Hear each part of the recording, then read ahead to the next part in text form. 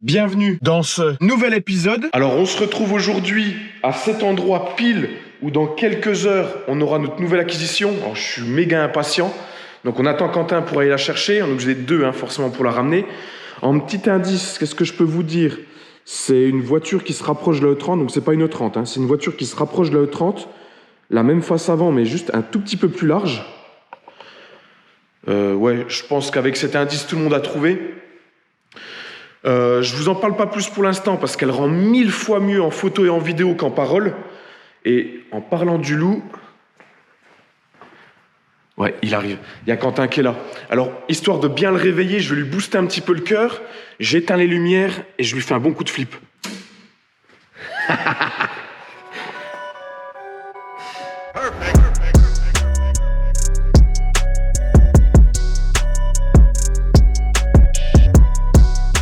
Allez, il ouvre la porte. Abonnez-vous. Ça fait... Mais qu'est-ce que tu faisais dans ta bagnole là? Ça fait 5 minutes que je suis planqué comme un con derrière les pneus. Je me suis dit, franchement, il faut que je lui fasse peur. Et puis, si tu dis « Ah, ça serait énorme », je dis « Abonnez-vous juste après ». Donc, abonnez-vous, c'est important. Du coup, t'es chaud? Chaud, on y va. Eh ben, le plein, il est fait dans la voiture. On a tout pris ce qu'il nous fallait, le chèque, tout le bordel. Ouais, on prend les Toki. Ça, c'est important pour le trajet du retour, pour qu'on puisse parler ensemble. Et on y va. Later.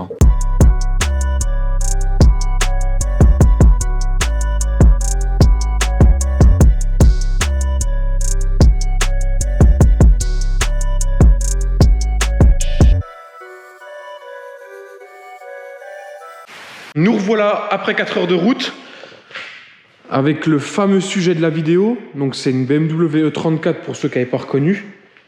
Donc là on va faire le petit tour extérieur. Alors merci à Jérémy déjà pour nous l'avoir vendu.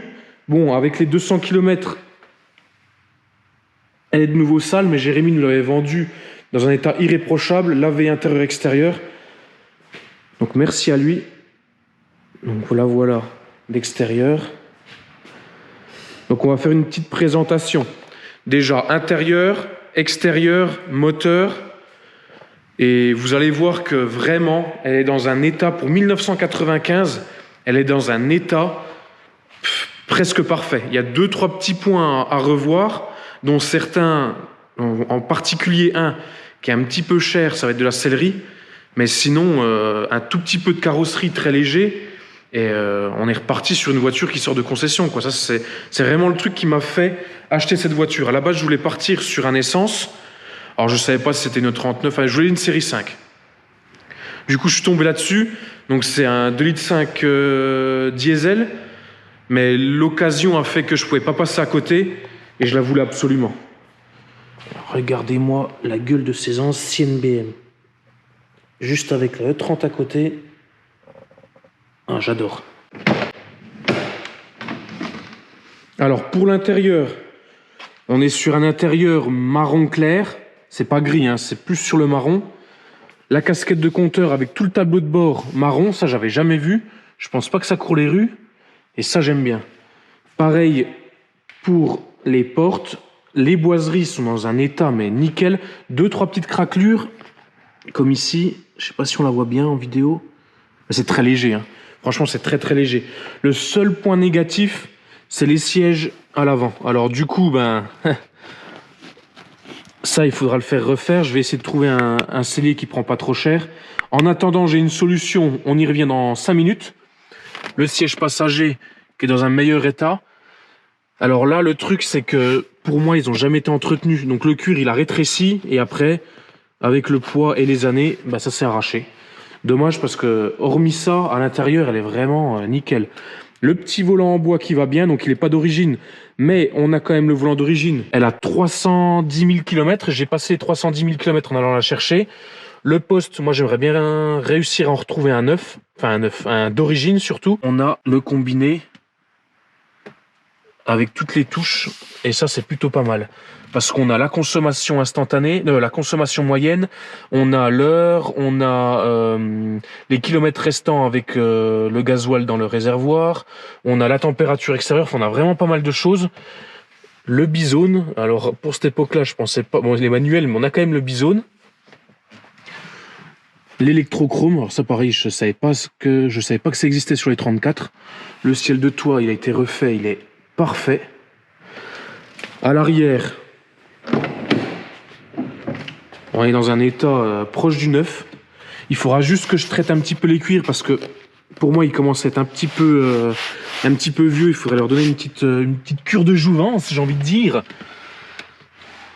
On est nickel. Et là, avec le siège Recaro, je peux vous dire que le gamin il bouge pas. Pour le coffre, on va voir ça ensemble. Ah, mais qu'est-ce qu'il y a là-dedans? On va refaire un petit peu de mécanique encore dans cette vidéo. Le coffre est nickel. Il n'y a pas une tache sur les tapis ni rien du tout. Là par contre c'est dommage. On était presque sur un perfect. Hein. Il nous manque... Qu'est-ce qu'il nous manque? Bon, je pense qu'il nous manque une douille. Il doit nous manquer des petites clés. Encore une clé Allen. Il nous manque le crochet de remorquage. Et il nous manque le triangle. Sinon bon, on va dire qu'elle est à 60% complète. C'est déjà pas mal. Parce que généralement on en retrouve avec rien du tout dedans. Donc je vous ai dit il y a 2 secondes qu'on allait revenir sur les sièges avant. Et regardez-moi ce que j'ai trouvé en attendant de les refaire. Des petits couvre-sièges en billes de bois. Moi je pense que là, je gare la voiture sur un parking. Je reviens 5 minutes après. Il y a des gars qui se disent « Ah, je vais l'acheter cette bagnole, un petit vieux. » Eh non, il a une sacrée gueule le vieux. Je vais tenter de rouler avec ça, on verra. Bon, ça m'a coûté 25 €, c'était plus pour le délire, j'avais envie d'essayer. De toute façon, je me suis dit, les sièges ils sont foutus, donc autant trouver une petite solution en attendant de les refaire. Et là, on a les 2 feux arrière.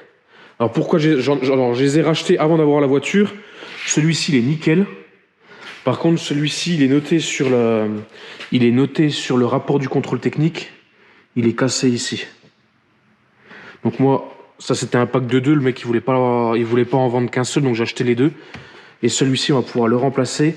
Et on aura une chose en moins à faire sur la voiture. Je déballe ça. Et on les installe tout de suite.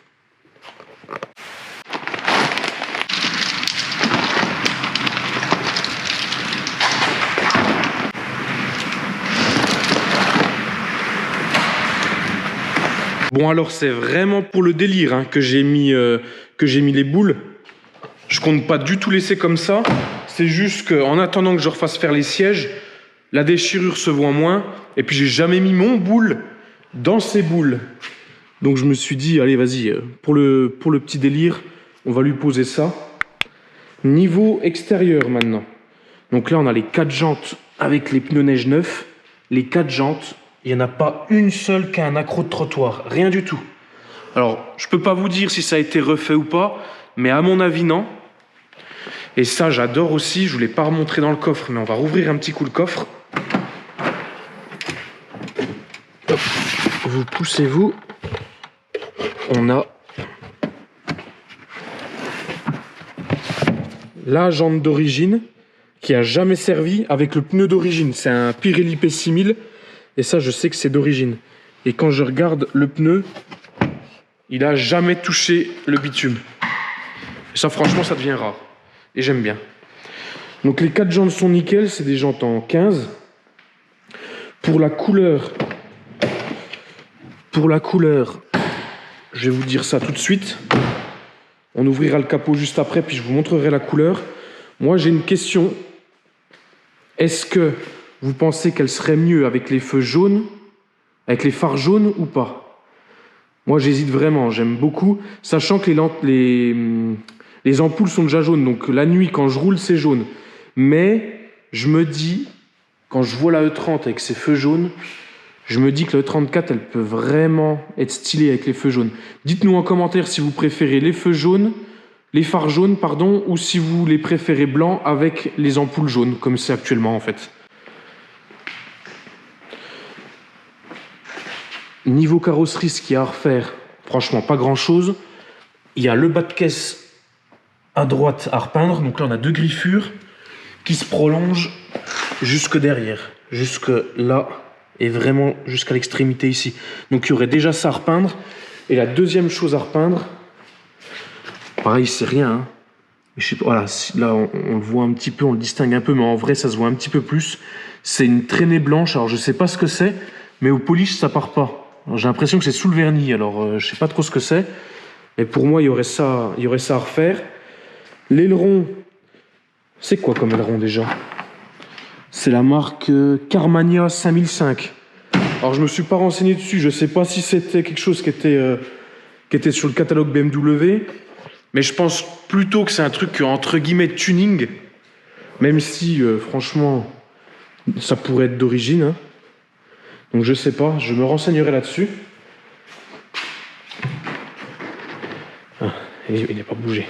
Hop, je vais me tirer un petit coup. Ça, il faudrait que je regarde aussi pourquoi il recule pas tout seul.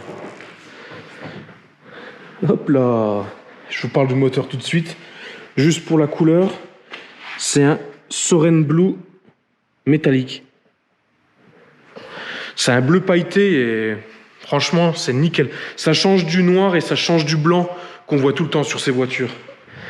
Et donc, comme je vous disais, c'est un 525 TDS et dans un état. Donc, c'est une pipe alu qui a été repeinte en grise. Les traits ont été repolis avec le sigle aussi et revernis. Mais sinon, il n'y a rien du tout sur la voiture. Le moteur, il est vraiment clinique. Elle a 310 000 km. Quand on voit le moteur, moi je me dis, mais attends, elle a 50 000 bornes cette bagnole. Le turbo, il est nickel. Le collier du turbo, on dirait qu'il est tout neuf. Il manque aucun plastique. Non, même le cache du capot, il est nickel. Il n'y a pas un accroc, il manque pas une vis. Ça n'a jamais été démonté, c'est parfait. Maintenant, ce que je vous propose, avant de remplacer le phare, c'est la lever et comme ça, je vous présente le dessous de la voiture.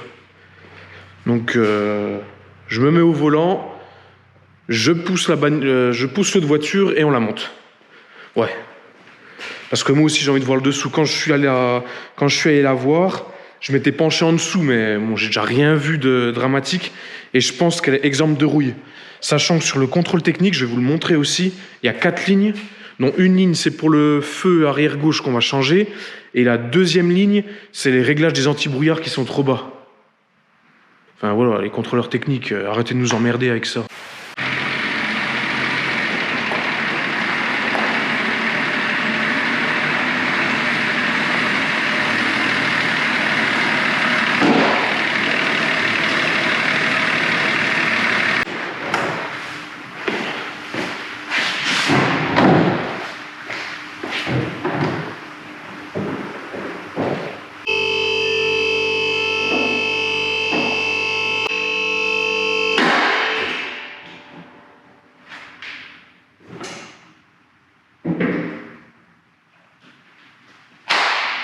Voilà, elle est montée.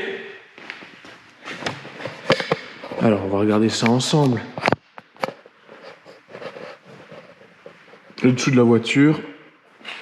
Franchement, les supports moteurs sont neufs. Les biellettes de chaque côté sont neuves. Le reste, il n'y a pas de jeu, j'avais vérifié. On a une toute petite, un début de fuite, on va dire, de joint de carter. Voilà, c'est rien du tout, hein. Ça va tenir encore comme ça. Et là, il n'y a pas un poil de rouille. Rien du tout. Je vous fais un petit plan sympa. Hop. Et là, on arrive à l'arrière. Alors oui, le pont est rouillé, mais bon, franchement, trouver une voiture avec un pont qui n'est pas rouillé, c'est impossible. Par contre, la taille des cardans, plus petit, je crois que ça n'existe pas, quoi. Même sur un 3 saisie, je suis pas sûr que ça soit plus gros, que ça soit plus petit. Les pneus et l'échappement. Alors l'échappement, je sais pas ce que vous en pensez, mais moi je verrais bien juste couper ici et faire une double sortie. Juste ça. Parce que là, l'espace qu'il y a autour, je trouve pas ça très joli, moi. Que deux petites sorties style d'origine, deux petites sorties comme ça, une là et une là, ça pourrait faire pas mal. On a la trappe, si jamais on veut installer un attache caravane. Bon là, il n'y en a pas. Hein. Et que dire d'autre sur cette merveille? Rien du tout. Je Je pense qu'on a fait le tour. Donc là, ce qu'on va lui faire, c'est redescendre la voiture, lui changer le phare qui est cassé et commencer à recommander des pièces. Je me suis fait une petite liste, moi, des pièces à faire, à remplacer. J'ai 2-3 petits trucs à faire. Je vais, dans une prochaine vidéo, ce que je vais essayer de faire, et j'ai lu sur internet que c'était pas très compliqué, en tout cas sur 525 TDS, c'est les histoires avec les papillons, les choses comme ça, pour poser un... Comment ça s'appelle ? Pour poser un régulateur de vitesse, pardon. Normalement, il y aurait juste à acheter le régulateur de vitesse et le brancher sur une cosse qui est déjà pré-câblée sur la voiture. Donc ça serait le top. J'ai trouvé la pièce, donc là je vais la recevoir d'ici 2-3 jours et puis on refera une vidéo qui explique comment monter un régulateur de vitesse sur une 525 TDS, même une 525 TD. Je pense que ça doit être pareil, 34. Allez, on la redescend.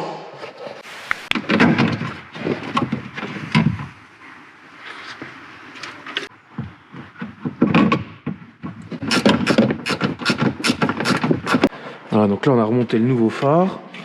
On est nickel, bon il reste juste le petit impact sur la carrosserie, mais ça on remettra un petit coup de stylo. Et là, je remets la moquette et on est bon.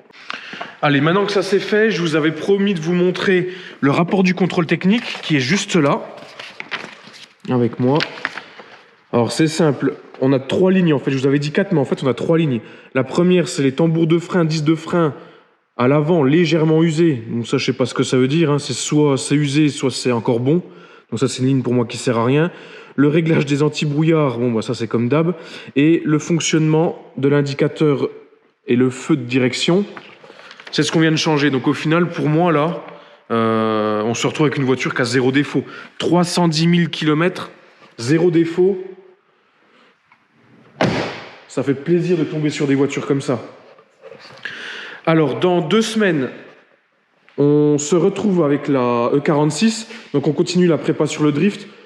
On voulait vous présenter assez rapidement le 34, et puis ça change un petit peu de vidéo aussi. 2022, on aura le moteur de la 318 IS à refaire. Donc pareil, là, il y a encore plein de vidéos qui arrivent intéressantes. Et là-bas, celle qui se cache, on a le swap. On n'est vraiment pas pressé, c'est pas les objectifs principaux. Cette petite 36, et puis de toute façon, elle est là, elle est bien, elle est au chaud. Sachant qu'il n'y a pas de roue dessus, elle est dans le même état que celle-là. Sauf que là, il y a juste la pompe à injection qui est morte. Et sur celle-ci, la pompe à injection a été faite en 2019. Il y avait 3000 € de facture. Donc on est tranquille, c'est un bon TDS qui est reparti pour 300 000. Donc avec, on peut aller au moins jusqu'à 600 000 km pour l'instant. Nous, on vous dit à dans 2 semaines. D'ici là, pensez à vous abonner. À plus!